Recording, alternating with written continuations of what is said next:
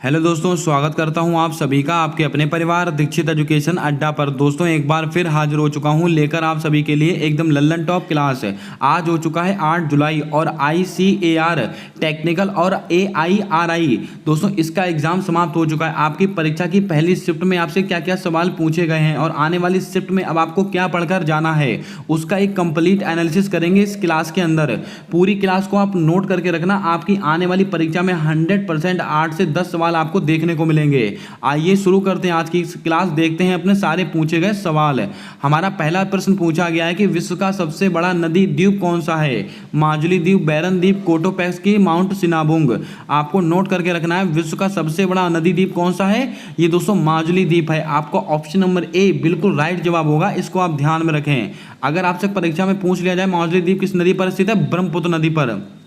इसको आप नोट करते चलें। जितने भी दोस्तों मैं आपको फैक्ट नोट करा रहा हूं, कौन सी नदी पर स्थित है? ब्रह्मपुत्र नदी पर स्थित है माजुली द्वीप। बात करें बैरन द्वीप, अगर आपसे पूछ लिया जाए भारत का एकमात्र सक्रिय ज्वालामुखी कौन सा है, तो आपको ध्यान में रखना है बैरन द्वीप। और कहां पर स्थित है? अंडमान निकोबार में स्थित है। और दोस्तों अंडमान को निकोबार से कौन अलग करता है? 10 डिग्री अक्षांश। कौन 10 डिग्री अक्षांश अलग करता है? ये सवाल भी आपको ध्यान में रखना है। बात करते हैं कोटोपैक्स की। ये दोस्तों ये ज्वालामुखी कहां पर स्थित है, तो आपको याद होगा इक्वाडोर। इक्वाडोर, इसको भी आप नोट कर लें। माउंट सिनाबुंग, ये ज्वालामुखी कहां पर स्थित है, जल्दी से कमेंट में आपको छाप कर बताना है। आइए चलते हैं अपने नेक्स्ट क्वेश्चन की ओर। हमारा नेक्स्ट क्वेश्चन पूछा गया है कि सिरका में कौन सा अम्ल पाया जाता है? एसिटिक अम्ल, टार्टरिक अम्ल, सिट्रिक अम्ल, मैलिक अम्ल। मैं यहां पर आपको मोस्ट इंपॉर्टेंट सवाल नोट कराने वाला हूं, इनको आप नोट कर लेना। दोस्तों सिरका में कौन सा अम्ल पाया जाता है, तो आपको ध्यान में रखना है एसिटिक अम्ल। आपका ऑप्शन नंबर ए बिल्कुल राइट आंसर होगा, इसको आप ध्यान में रखें। बात करते हैं दोस्तों टार्टरिक अम्ल, ये किसमें पाया था? ये दोस्तों इमली में पाया था। किसमें? इमली। अगर आपसे पूछ लिया जाए इमली में कौन सा एसिड पाया जाता है? टार्टरिक अम्ल। सिट्रिक अम्ल दोस्तों किसके अंदर पाया जाता है? नींबू में पाया जाता है। किसमें? नींबू में पाया जाता है सिट्रिक अम्ल। और मैलिक अम्ल की बात करें तो दोस्तों सेब में पाया जाता है। किसके अंदर? सेब में पाया जाता है मैलिक अम्ल। अब दोस्तों कुछ महत्वपूर्ण फैक्ट मैं आपको और नोट कराता हूं, जैसे कि लैक्टिक अम्ल। अगर आपसे क्वेश्चन में पूछ लिया था लैक्टिक अम्ल ये किस में पाया जाता है? दोस्तों दूध में। जहां पर भी आपको लैक्ट वर्ड दिखाई दे तो आप दूध इसका आंसर लगाएंगे। टमाटर में कौन सा अम्ल पाया जाता है? बहुत बार परीक्षा में पूछा सवाल, ऑक्जेलिक अम्ल। कौन सा? ऑक्जेलिक अम्ल पाया जाता है टमाटर के अंदर। और एक बचता है दोस्तों हमारा लाल चींटी। लाल चींटी में कौन सा अम्ल पाया जाता है? फॉर्मिक अम्ल। कौन सा? फार्मिक अम्ल पाया जाता है। अगर आपसे पूछ लिया जाए अम्लराज किसे कहते हैं? HCl। किसको? HCl यानी कि हाइड्रोक्लोरिक अम्ल। और सवाल पूछा जाता है कि आमाशय में कौन सा अम्ल पाया जाता है? HCl अम्ल पाया जाता है। ये सब सवाल आपकी परीक्षा में बन सकते हैं, इनको आप नोट कर लें। आइए चलते हैं अपने नेक्स्ट क्वेश्चन की ओर। हमारा नेक्स्ट क्वेश्चन पूछा गया था कि गयासुद्दीन तुगलक ने तुगलक वंश की स्थापना कब की थी? एक सवाल दोस्तों आपको यहीं से याद हो गया होगा कि तुगलक वंश के संस्थापक कौन थे? गयासुद्दीन तुगलक। ये सवाल आप ध्यान रखें। इसकी दोस्तों स्थापना कब की गई थी? ये सवाल आपसे परीक्षा में पूछा गया है, तो आपको ध्यान में रखना है तुगलक वंश की स्थापना हुई थी 1320 ईस्वी में। आपको ऑप्शन नंबर डी बिल्कुल राइट आंसर होगा, इसको आप ध्यान में रखें।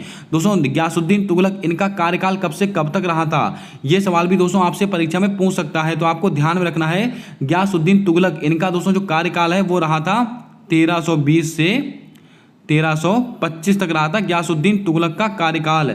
ये सवाल मोस्ट इंपॉर्टेंट है, इनको आप ध्यान में रखें। अब दोस्तों बात करें 1236 तो आपको दोस्तों याद होगा रजिया सुल्तान।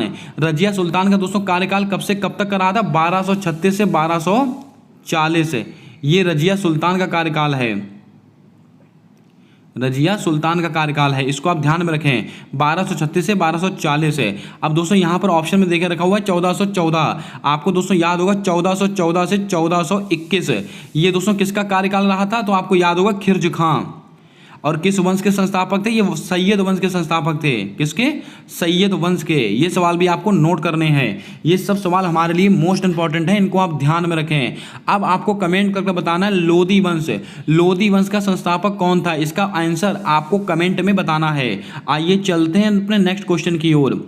खेलो इंडिया विंटर गेम 2022 में अतिथि के रूप में कौन शामिल हुए थे? ऐसा करके कुछ सवाल पूछा गया था। दोस्तों सवाल ये था कि खेलो इंडिया विंटर गेम 2022 में समापन समारोह कार्यक्रम में अतिथि के रूप में कौन शामिल थे? नरेंद्र मोदी जी, अनुराग ठाकुर, ए.के. मोहंती, निशित प्रामाणिक। तो आपका राइट आंसर क्या होगा? निशित प्रामाणिक आपके ऑप्शन में दे के रखा था, यही आपका राइट आंसर हो जाएगा। अगर बात करें ए.के. मोहंती, ये नाम बहुत ही महत्वपूर्ण है दोस्तों। वर्तमान में जो परमाणु ऊर्जा आयोग, उसके अध्यक्ष कौन है? ए.के. मोहंती साहब। इसको आप नोट कर लें, अच्छा सवाल है आपकी परीक्षाओं को लेकर। अब दोस्तों कुछ महत्वपूर्ण फैक्ट मैं आपको और नोट कराता हूं। अगर आपसे पूछ लिया जाए दोस्तों यूपीएससी के वर्तमान में चेयरमैन कौन है? डॉक्टर मनोज सोनी। कौन है? डॉक्टर मनोज सोनी साहब हैं यूपीएससी के नए चेयरमैन। अगर आपसे यहीं पर प्रश्न पूछा जाए बीसीसीआई, इसके वर्तमान में अध्यक्ष कौन है? रोजर विन्नी साहब। दोस्तों विश्व बैंक यानी कि वर्ल्ड बैंक के वर्तमान में महानिदेशक कौन बने हैं? दोस्तों नए अध्यक्ष कौन बने हैं? तो आपको दोस्तों याद होगा अजय बंगा साहब। इसको भी आप नोट कर लें, अच्छा सवाल है, आपकी परीक्षा में बन सकता है। चलिए बढ़ते हैं अपने नेक्स्ट क्वेश्चन की ओर। दोस्तों हमसे प्रश्न पूछा गया कि जामा मस्जिद का निर्माण किस वर्ष हुआ था? 1661, 1665, 1656, 1761। तो दोस्तों आपको बता दें जामा मस्जिद, इसका निर्माण कब हुआ था? 1656 ईस्वी में हुआ था। आपका ऑप्शन नंबर सी बिल्कुल राइट आंसर होगा, इसको आप नोट करें। अब दोस्तों कुछ महत्वपूर्ण फैक्ट मैं आपको यहाँ पर और नोट कराता हूँ। जैसे कि अगर आपसे पूछ लिया जाए अढ़ाई दिन का झोपड़ा, कौन सा? अढ़ाई दिन का झोपड़ा, अढ़ाई दिन का झोपड़ा, इसका निर्माण किसके द्वारा कराया गया था? कुतुबुद्दीन ऐबक। किसके द्वारा कराया गया था? कुतुबुद्दीन ऐबक के द्वारा कराया गया था अढ़ाई दिन का झोपड़ा। अगर आपसे यहीं पर प्रश्न पूछा जाए आगरा का किला और बुलंद दरवाजा, आप इसको पूरा लिखेंगे, आगरा का किला और बुलंद दरवाजा, ये दोस्तों किसने बनवाया था? ये दोस्तों अकबर के द्वारा बनवाया गया था। किसके? अकबर। ये सब सवाल आप नोट करते चलें, आपकी परीक्षा के पूछे गए प्रश्न हैं। बीबी का मकबरा, ये किसने बनवाया था? औरंगजेब ने बनवाया था। एतमा अब्दौला का मकबरा, ये किसने बनवाया है? नूरजहां ने। ये सवाल भी आपको नोट करने हैं। दोस्तों अगर आप क्लास को पहली बार देख रहे हो तो क्लास को लाइक जरूर कर दें। चैनल पर पहली बार आए हो तो चैनल को सब्सक्राइब कर बेल वाला आइकन ध्यान से दबा लें, ताकि आने वाली क्लासेस के अपडेट्स आप तक आसानी से पहुंचते रहें। आपको दोस्तों रेगुलर क्लास मिलने वाली है और विद फैक्ट के साथ मिलने वाली है, जो आपकी परीक्षाओं में सीधे सीधे पूछे जाते हैं। आइए चलते हैं अपने नेक्स्ट क्वेश्चन की ओर।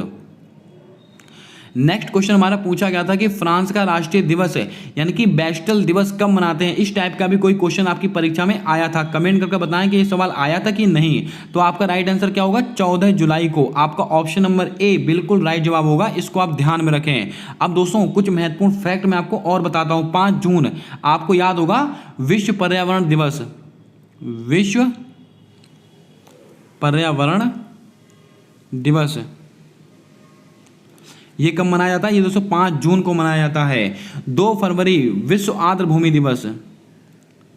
विश्व आर्द्र भूमि दिवस ये कब मनाते हैं? ये दोस्तों मनाते हैं 2 फरवरी को। ये सवाल आपको नोट करने हैं। और दोस्तों आपको याद होगा 2 फरवरी 1971 क्या हुआ था? रामसर कन्वेंशन हुआ था। और कहाँ पर स्थित है? ईरान में स्थित है ये रामसर स्थान।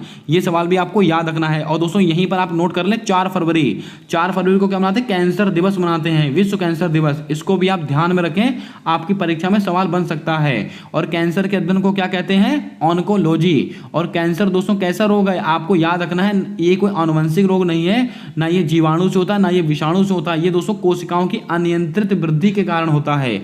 बात करें 17 जून, आपको याद होगा विश्व मरसुली सूखा रोकथाम दिवस कब मनाते हैं? 17 जून को मनाते हैं। इसको भी आप ध्यान में रखें। आइए बढ़ते हैं अपने नेक्स्ट क्वेश्चन की ओर। सवाल पूछा गया था कि गंगा नदी की कुल लंबाई कितनी है? 2510 किलोमीटर, 2900 किलोमीटर, या 6650 किलोमीटर, या 5500 किलोमीटर। तो आपको दोस्तों याद रखना है गंगा नदी की कुल लंबाई कितनी है? ये दोस्तों 2510 किलोमीटर आपके ऑप्शन में देके रखा था, यही आपका राइट आंसर हो जाएगा। इसको आप ध्यान में रखें। बात करें 2900 किलोमीटर, ये किसकी लंबाई है? ब्रह्मपुत्र नदी की। अगर आपसे पूछ लिया है ब्रह्मपुत्र नदी की दोस्तों की लंबाई कितनी है? 2900 किलोमीटर। और पूरे विश्व की सबसे लंबी नदी कौन सी है? नील नदी। और उसकी लंबाई कितनी है? 6650 किलोमीटर, नील नदी। इसको आप ध्यान में रखें, बहुत ही अच्छा सवाल है आपकी परीक्षा के लिए। और कहाँ पर स्थित है? मिस्र यानी कि इजिप्ट में स्थित है।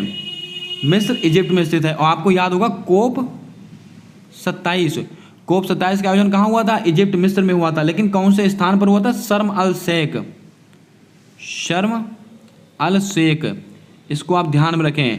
अब दोस्तों यहीं पर आप नोट कर लें, कोप 26 इसका आयोजन कहाँ हुआ था? ग्लासगो में हुआ था। और कोप 15 मोस्ट इंपॉर्टेंट सवाल, बायोडायवर्सिटी पर दोस्तों ये सम्मेलन हुआ था कोप 15, और कहाँ पर हुआ था? मॉन्ट्रियल में हुआ था। और मॉन्ट्रियल कहाँ पर स्थित है? कनाडा में। ये सब सवाल आपकी कॉपी में नोट होने चाहिए, 100% आपको परीक्षा में देखने को मिलेंगे। आइए चलते हैं अपने नेक्स्ट क्वेश्चन की ओर। 1970 के दशक में पेड़ों की सुरक्षा के लिए कौन सा आंदोलन चलाया गया था? तो दोस्तों बहुत ही सिंपल सवाल है, चिपको आंदोलन चलाया गया था। और दोस्तों किसने चलाया था? सुंदरलाल बहुगुणा। ये सब बातें आपको याद होंगी। नर्मदा बचाओ आंदोलन कब का है? 1985 के आसपास का, इसको आप रीचेक कर लेंगे। सिंधु जल समझौता ये किसके बीच में हुआ था? भारत और पाकिस्तान के बीच में 1960 में हुआ था। ये सवाल भी आपको ध्यान में रखना है। आइए चलते हैं नेक्स्ट क्वेश्चन की ओर। खेलो इंडिया यूथ गेम का 5वां संस्करण, इसका आयोजन कहाँ हुआ था? दोस्तों आपको याद होगा खेलो इंडिया यूथ गेम, इसका 4था संस्करण कहाँ हुआ था? हरियाणा में हुआ था, पंचकुला हरियाणा में। और दोस्तों इसका 5वां संस्करण कहाँ हुआ है? मध्य प्रदेश में। आपका ऑप्शन नंबर सी बिल्कुल सही जवाब होगा। अगर बात करें तो मध्य प्रदेश के कितने शहरों में हुआ है? ये दोस्तों 8 शहरों में हुआ है मध्य प्रदेश के। और इसमें पहले स्थान पे कौन रहा था? पहले स्थान पे रहा था महाराष्ट्र। इसमें पहले स्थान पे कौन रहा है? महाराष्ट्र रहा है। और दूसरे स्थान पे दोस्तों कौन रहा था? हरियाणा। हरियाणा दूसरे स्थान पे रहा था। और तीसरे स्थान पे कौन रहा था? स्वयं होस्ट कंट्री मध्य प्रदेश रही थी। ये सवाल आपको याद रखने हैं, अच्छे सवाल हैं। बात करते हैं दोस्तों ऑप्शंस को लेकर। आपको याद होगा गुजरात खेलो, राष्ट्रीय खेलों का आयोजन दोस्तों कहाँ हुआ था? 36वें राष्ट्रीय खेलों का आयोजन कहाँ हुआ था? गुजरात में हुआ था। और जीता कौन था? Services cricket control board. आपको याद होगा ये दोस्तों इसकी विजेता टीम बनी थी। और 37वें राष्ट्रीय खेलों का आयोजन कहाँ होगा? ये दोस्तों गोवा में होने वाला है 37वें। इसको भी आप ध्यान में रखें, ये सब सवाल आपकी परीक्षा में बन सकते हैं। कमेंट करके बताएं कॉमनवेल्थ गेम 2022 में भारत ने कुल 261 पदक जीते थे, जिसमें स्वर्ण पदक की संख्या कितनी थी? इसका जवाब आपको कमेंट कर देना है। चलिए बढ़ते हैं अपने नेक्स्ट क्वेश्चन की ओर। हमारा नेक्स्ट क्वेश्चन पूछा गया कि नरम दल और गरम दल का आपस में विलय कब हुआ था? सवाल शायद दोस्तों इस प्रकार था कि एनी बेसेंट ने नरम दल और गरम दल को कब विलय किया। लेकिन दोस्तों आपको आंसर सटीक बताने वाला हूं और उससे कुछ महत्वपूर्ण फैक्ट बताने वाला हूं जो आने वाली परीक्षा में आपसे पूछे जाएंगे। आपको याद रखना है नरम दल और गरम दल आपस में विलय कब हुए थे? ये दोस्तों 1916 के अधिवेशन में हुए थे। 1916 में कौन सा अधिवेशन हुआ था? लखनऊ अधिवेशन। और इसकी अध्यक्षता किसने की थी? अंबिका चरण मजमूदार। अंबिका चरण मजमूदार। दोस्तों लखनऊ अधिवेशन की अध्यक्षता किसने की थी? अंबिका चरण मजमूदार। कब हुआ था? 1916 में। अब दोस्तों यहीं पर बात आती 1924, इसको क्या हुआ था? बेलगांव अधिवेशन। कांग्रेस का एकमात्र अधिवेशन था जिसकी अध्यक्षता किसने की थी? महात्मा गांधी जी ने की थी। किसने? महात्मा गांधी जी ने की थी। इसको आप नोट करें। 1925 का कानपुर अधिवेशन, इसकी अध्यक्षता किसने की थी? सरोजनी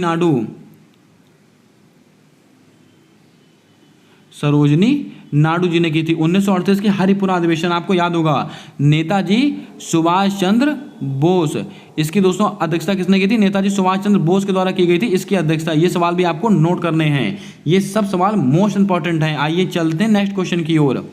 हमारा नेक्स्ट क्वेश्चन पूछा गया था कि राजभाषा आयोग का गठन कब किया गया था? 1947, 1950, 1952, 1955। तो आपको ध्यान में रखना है 1955 में किया गया था राजभाषा आयोग का गठन। आपको ऑप्शन नंबर डी बिल्कुल राइट आंसर होगा, इसको आप ध्यान में रखें। अब दोस्तों राष्ट्रभाषा की बात आई तो आपको याद होगा भारत की राजभाषा हिंदी और लिपि देवनागरी होगी। ये कौन से आर्टिकल में कहा गया? आर्टिकल नंबर 343 में कहा गया। ये बात आपको याद होगी। अब दोस्तों याद कीजिएगा भाषाओं से संबंधित महत्वपूर्ण फैक्ट, हमारे मूल संविधान में कुल कितनी भाषाएं थी? कुल 14 भाषाएं थी। फिर होता है दोस्तों 21वां संविधान संशोधन। कौन सा? 21वां संविधान संशोधन। इसके द्वारा सिंधी भाषा को जोड़ा जाता है। उसके बाद दोस्तों होता है 71वां संविधान संशोधन। फिर 3 भाषाओं को और जोड़ा जाता है। कौन कौन सी? नमक, यानी कि नेपाली, मणिपुरी, कोंकणी। इन 3 भाषाओं को कब जोड़ा जाता है? 71वें संविधान संशोधन के द्वारा। फिर होता है दोस्तों 92वां संविधान संशोधन। इसके द्वारा 4 भाषाओं को जोड़ा जाता है। कौन कौन सी? बोडो, डोगरी, मैथिली और एक भाषा मैं यहां पर लिख देता हूं संथाली। ये दोस्तों 4 भाषाओं को कब जोड़ा गया? 92वें संविधान संशोधन के द्वारा। इस प्रकार दोस्तों हमारे संविधान में कुल 22 भाषाएं हो जाती हैं। और भाषाओं का उल्लेख कौन सी अनुसूची में है? ये दोस्तों 8वीं अनुसूची में है। चलिए बढ़ते हैं अपने नेक्स्ट क्वेश्चन की ओर। हमारा नेक्स्ट क्वेश्चन हमसे दोस्तों कुल क्वेश्चन इतने ही मिल पाए थे हमको, कुल 11 क्वेश्चन हमको प्राप्त हो पाए हैं। लेकिन दोस्तों बिल्कुल रियल क्वेश्चन है जो आपकी परीक्षाओं में पूछे गए। अगर आपका दोस्तों आने वाले परीक्षा में एग्जाम है तो दोस्तों मैं आपको कुछ टॉपिक बता देता हूँ, वहाँ से आपको पढ़कर जाना है। जैसे कि अगर आपका दोस्तों एग्जाम है तो आपको दोस्तों दिल्ली सल्तनत, कौन सा? दिल्ली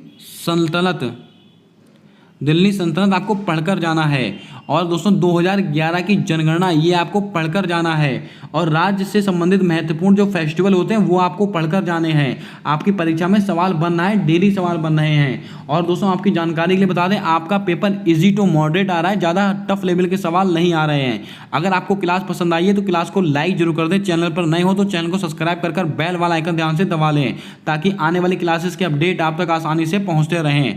मिलते हैं नेक्स्ट क्लास में, तब तक के लिए जय हिंद, जय भारत दोस्तों।